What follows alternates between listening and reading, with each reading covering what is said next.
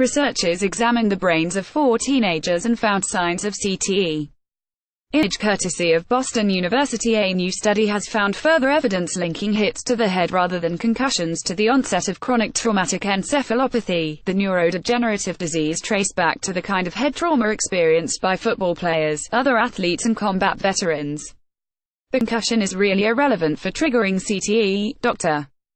Lee Goldstein, an associate professor at Boston University School of Medicine and College of Engineering, and a corresponding author of the study, told the Post.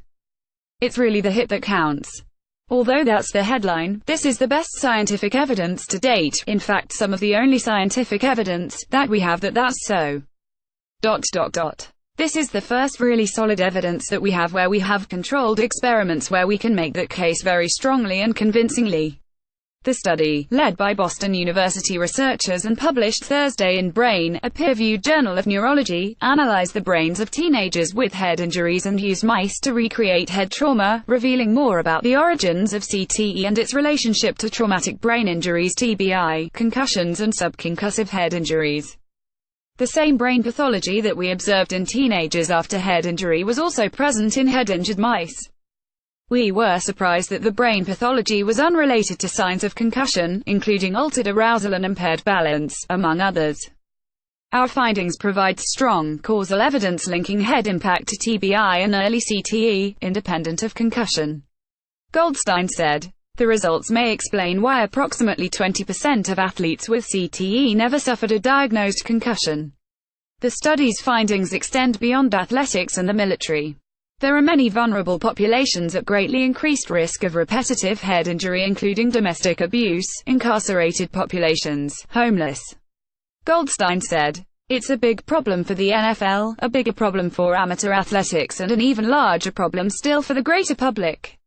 When it comes to head injuries and CTE, Goldstein spoke of 3 categories that are being jumbled: concussions, TBI and CTE. Concussion, he says, is a syndrome defined, by consensus really every couple of years, based on the signs and symptoms of neurological syndrome, what happens after you get hit in the head.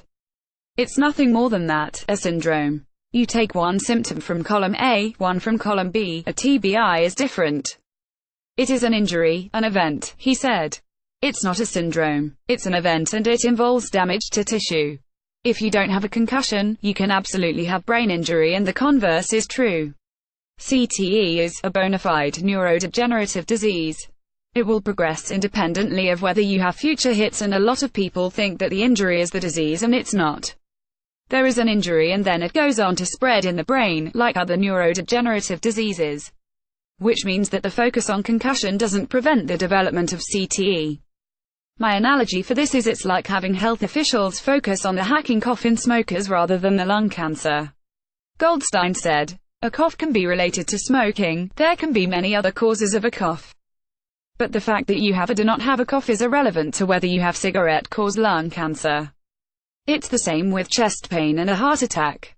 We would no more rely on chest pain to be the single indicator of whether you've had a heart attack. So concussion may or may not be a TBI, and equally important, not having a concussion may or may not be associated with a TBI.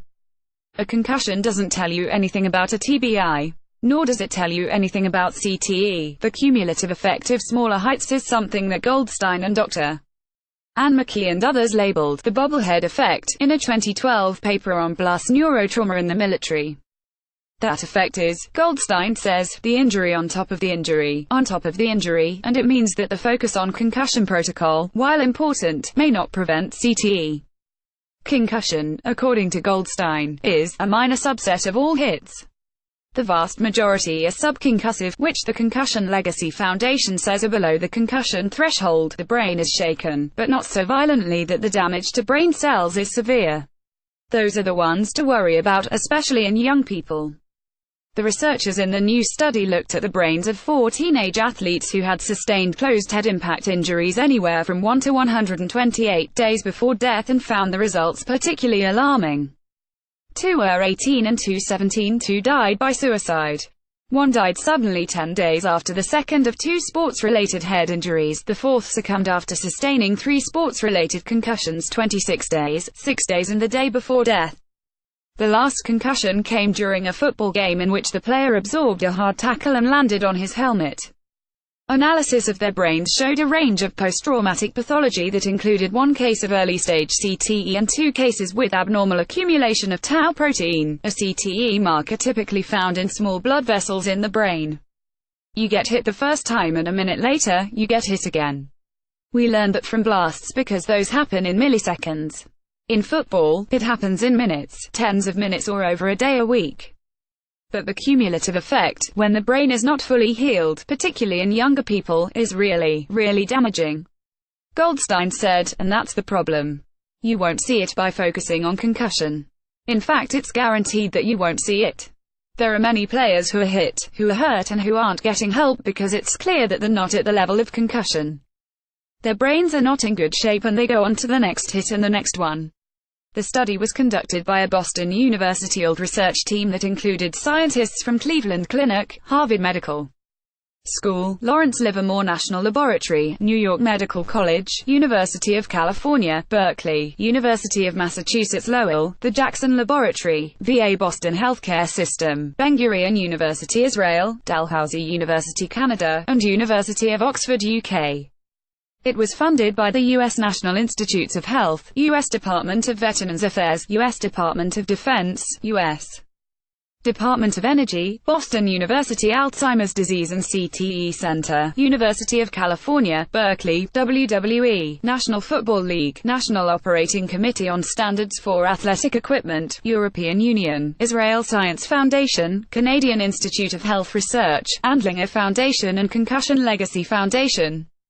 Read more from the post. After a bad week, the NFL's concussion protocol comes under scrutiny once again. Seahawks violated concussion protocol with lightning-fast treatment of Russell Wilson. 10 months after concussion settlement, most players haven't seen a dime.